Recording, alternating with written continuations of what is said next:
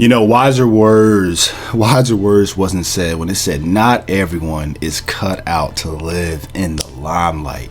Because we are seeing, man, as Mr. Taker, he is in his fight. We saw his flashback. We saw him win his flashback. Even in his flashback, it was a miraculous win. It wasn't even like a win that took a lot of strategic planning. He got lucky. But we see now, as he's fighting you, the audience is still, calling him ass. They're saying that they wanted to die and all this stuff. And we're seeing the conflict between Taker and his trainer, right? His trainer is seeing all the pain that Taker's going through, right? He understands John. He understands John on a personal level, right?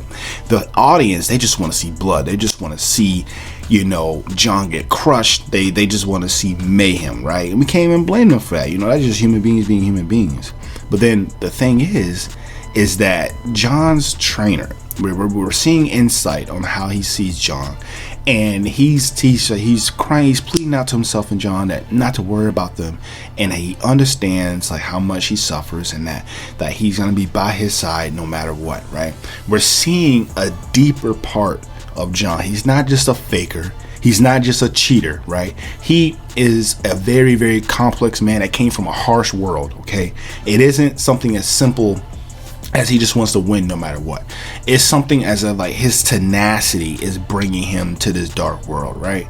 So then we're seeing how the trainer and John are they have the great cohesion. He's not giving up on John. We're seeing that he's saying he's always going to recognize his talent. He's telling him to give him everything he's got, and John is understanding this, and he's giving everything he has to you. He's doing his last haymakers and attacks, and obviously it's not landing. But then we see that his tenacity is not giving up. He's going even harder, even though he's not landing anything. And then we see that his trainer is just saying that, hey, John, you're really talented. You could really actually dominate the boxing world. It's just your talent is second rate, but that doesn't mean that you can't make it to the top. But then we see as John is continuing to fight, we see a little homage to him younger, smiling, thinking about maybe it is possible. But then as soon as we see a cut of John hitting at you, right, we think that he actually landed the first punch, but that's actually not the case, because we see that John's trainer, we see that the referee, we see that Jean Pierre, the current champion, is all shocked to see that actually you did what Baki did to Hanayama in their fight, where he targeted the finger. He targeted the particular index finger bone in his fist. Okay, he cracked his bone. Okay, he purposely had enough precision to actually crack his index finger. Okay. And that is very similar to what Baki did in the Hanayama fight when they were going fist for fist.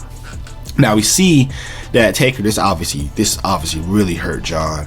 But then we see that Yu does a strong, powerful, nasty, disgusting right hook, which actually the paneling here actually makes us really see the impact of it. And honest to God, Taker goes down, and we see K get this Hisoka satisfaction, angry face. I mean, this dude, K is the worst coach in all of fiction. This man wants he wants nothing more than mayhem and violence. But anyways, we see Taker fall to the ground. We see that referee starts to count. Okay, we see the audience is going crazy. They're happy, right? But then we see that John's trainer is saying, "Get up, John! Get up!" But then we see that honestly, we see that this whole thing is deeper for the trainer, because he was with John from the very beginning, since John was a kid. Okay, he knows John's tenacity, he knows John's struggles, and he is just trying to come to terms with his own coaching ability. He's thinking to himself, is it because of my ineptitude why I can't reach him, or is it my fault that he's in this state? That's how much love is in between these two, is because he genuinely feels responsible for John's career at this point. Okay, and as John is on the ground, we see that the trainer is actually thinking about another character. It's a blonde character with a yellow jacket, and we see that that's foreshadowing for what's going to come in the future. That character is very, very important. Now, it's actually cool to see that this trainer actually trained Jay as well. That's really cool.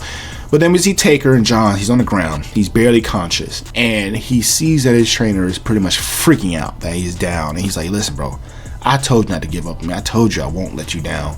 And we see John actually trying to get up. He's unconscious, and he's unconsciously moving his body. He's trying to get up, right? We see everyone is shocked about this. And on the count of 7, we see he is damn near up, but he couldn't stay up. And at the count of 8, he falls back down to his knees. But we see that we get a little time skip, not a time skip, a little flashback of John and his trainer, him finding him, and John being like a little hoodlum with a knife trying to rob him, and then the trainer bring him to the boxing gym to give him purpose. But we see that regardless of how much connection you have with someone, how much rapport you build, how much respect you have, at the end of the day, hard work can only get you so far, man.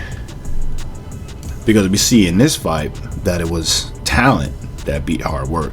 And we see as Yu is being proclaimed the victor, we see Jean-Pierre, we see a little panel of him walking away or whatever, but we know that he's already tacked in, he's locked in, right?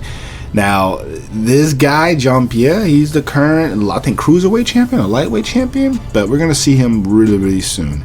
And the fact that we're now getting the audience perspective on the ending, and like they're trying to figure out like how in the hell did you do that superhuman technique to actually counter him that precisely, right? Because it's not something normal to do. It's not like something normal to do. And he's like, he was so accurate, right? It was the strongest part of his knuckle, and it was the weakest part of Taker's knuckle. He knew what to punch and where to punch, and use reaction speed and accuracy is beyond human ability. And they're trying to find they're understanding that by this point. And like, it's crazy, right? Because now they're trying to figure out like how strong can you be compared to all the other boxers that K trained. And like, pretty much it's pretty exciting. It's pretty exciting. We're actually seeing how it's gonna really play out for us. And we're even getting a new character where he's thinking about wanting the belt and wanting to win, but he's seeing, like how this boxer did. It's so disheartening watching another fighter with so much more talent than you do better than you. But I don't think that would stop him, because we're seeing how pretty much in the very beginning we see Jay, which was the guy that was getting bullied in the very, very beginning. We see that he's training, and he sees you, the guy that saved him back in the day, is actually on the screen. He's like, oh my god, dude, you got ridiculously strong, he's so cool. And he views it as an inspiration, not as a downer, okay? And he actually starts training even faster, jump roping even faster and stuff like that. And he's getting excited based on you winning. Like, so he's not discouraged at the gap of strength. He's encouraged, which is actually a very admirable thing, and that is so freaking cool. And he's like jumping faster and faster and faster. It's cool. But yeah, we see that happen, and we're like setting up pretty much the next phase of this manhwa, where we're actually seeing the bully, the guy that was bullying Jay and you. He got humbled by you back in the day, but now we see him, he's like almost like a corporate bro, but he's like, seeing how the guy that beat him up back in the day, he's pretty much like, a boxer and strong, and now he's pretty much like gonna go out and try to like prove himself to being strong, and like going back to his delinquent days, and like going back to like beat up some random people just to make himself feel better.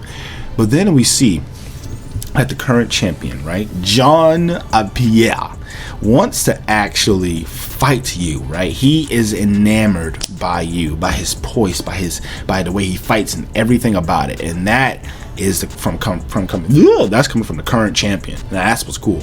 And then we're also seeing another challenger that's gonna be coming up. Now, this fight is actually one of my favorite fights. Okay, it's you versus this fucking tiger guy. Well, he's not a tiger, but he he's like an animalistic guy. He fights based on just animal instincts, right?